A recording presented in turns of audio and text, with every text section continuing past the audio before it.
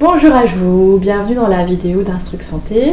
Alors cette vidéo vous concerne si votre ventre vous pose un problème. Vous aimeriez qu'il soit plus plat, moins de graisse, vous n'êtes pas vraiment en amour avec lui. Bref, tout ce qui est en rapport avec le ventre et l'image finalement.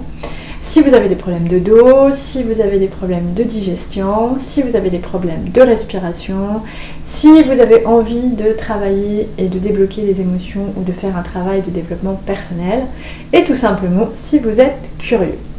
Alors, est-ce que avoir un ventre plat c'est synonyme de bonne santé ? Est-ce que si je fais des abdominaux, je vais avoir un ventre plat et je vais être en bonne santé ? Est-ce que si je fais du sport, c'est ce qui va se passer ? Est-ce que si j'ai une bonne hygiène de vie, mon ventre va être plat, ferme et sans graisse ? Est-ce que si je fais du sport, c'est ce qui va se produire ? Bon. Dans une première vidéo que je vous ai faite, vous avez pu constater que ça n'avait pas l'air si simple que ça et qu'il y avait d'autres facteurs qui intervenaient. Et si une des clés, c'était la respiration ? Alors vous allez me dire, la respiration, c'est facile, on respire tous les jours. Oui, effectivement, on respire, c'est facile, c'est tout simple, et c'est même à la base de la vie, puisque si on ne respire pas, on meurt. Donc, ça semble évident. Cependant, respirer, bien respirer, finalement, c'est pas si simple que ça, et c'est même plutôt rare. Et d'ailleurs, j'aimerais attirer votre attention sur le fait que la respiration se trouve quand même au cœur de beaucoup de choses dans notre vie. On la retrouve en méditation, en sport, en yoga, lors d'accouchement, dans la gestion de la douleur, pour atteindre des objectifs, en sophrologie, en hypnose. Bref, la respiration est quand même quelque chose de très très important et vers quoi beaucoup de choses se tournent finalement, et ça a l'air d'être un peu la base, effectivement, puisque c'est la base de notre vie tout simplement. Alors comment ça se passe cette respiration ? Comme je l'ai écrit dans un article que vous avez peut-être lu, c'est assez simple, c'est le muscle diaphragme. Le diaphragme est un muscle qui est sous les côtes, qui est une coupole et qui va s'insérer en arrière au niveau des vertèbres.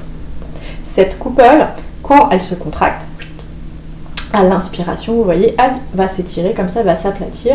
En s'aplatissant, elle écarte les côtes basses et de ce fait-là, le ventre se gonfle et à l'expiration, tout revient en position et le ventre se dégonfle.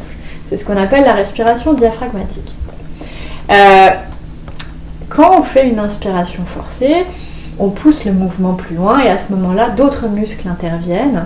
En plus du diaphragme, on va avoir des muscles qui sont ici, les scalènes, des intercostaux, etc., qui vont amplifier le mouvement. Et à l'expiration, si on fait une expiration forcée, les abdominaux vont intervenir.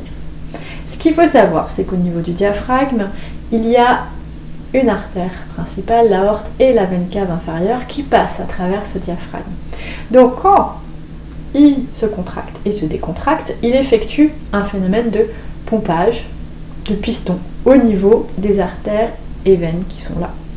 Ce pompage va favoriser la circulation sanguine, et donc, vous imaginez bien si veine cave inférieure, qui est la veine qui reçoit le sang qui doit être nettoyer finalement tous les déchets pour être évacués par la respiration, et la aorte qui va nourrir tout le reste du corps. S'il y a un phénomène de pompage à ce niveau-là, on accélère la circulation et donc on favorise l'élimination des déchets et on favorise la nutrition du corps, puisque le sang va circuler plus souvent, plus fréquemment et va être donc plus chargé en oxygène. Surtout si vous faites une inspiration forcée, vous allez rentrer plus d'air, expiration forcée, vous allez évacuer plus.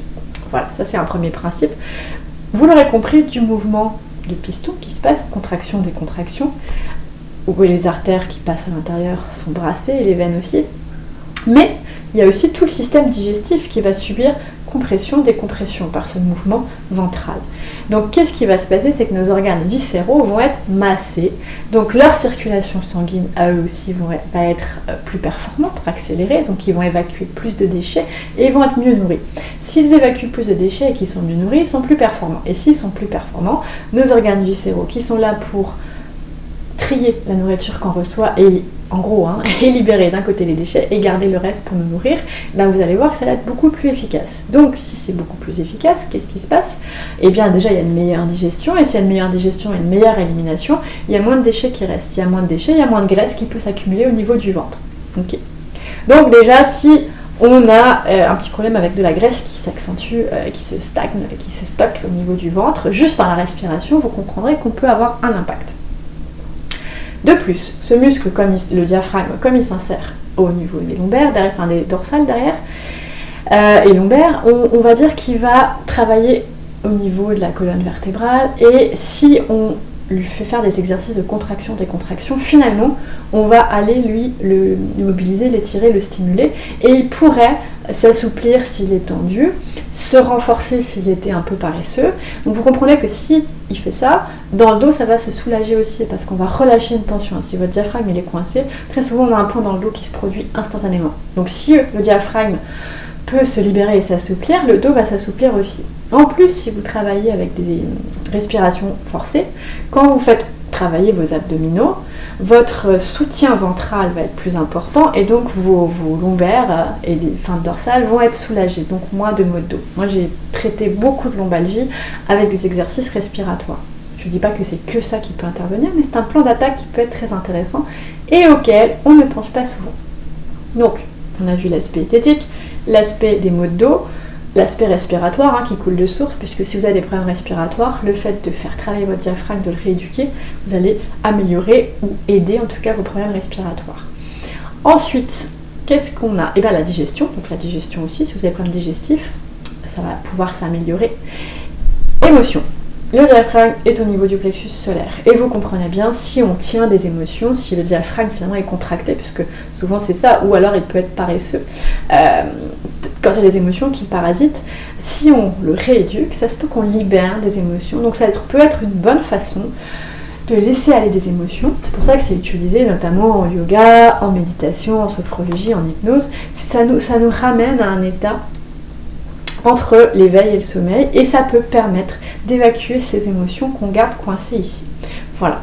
Donc, j'espère que cette vidéo vous aura apporté des réponses finalement, et vous faire comprendre, c'était surtout ça le but, que la santé du ventre, c'est pas forcément un ventre plat, ça on va encore enquêter là-dessus dans de prochaines vidéos, mais qu'en tout cas, la respiration pourrait être un bon plan pour venir renforcer, nettoyer, libérer cette zone qui peut être en souffrance et qui peut s'exprimer par un amas graisseux, disgracieux certes, qu'on n'a pas forcément envie d'avoir, ou tout simplement parce qu'on voudrait avoir un ventre plus tonique. Alors, est-ce que le fait de vouloir un ventre plus tonique, c'est un désir réel ou c'est un concept de société ? Ça, c'est encore un autre sujet.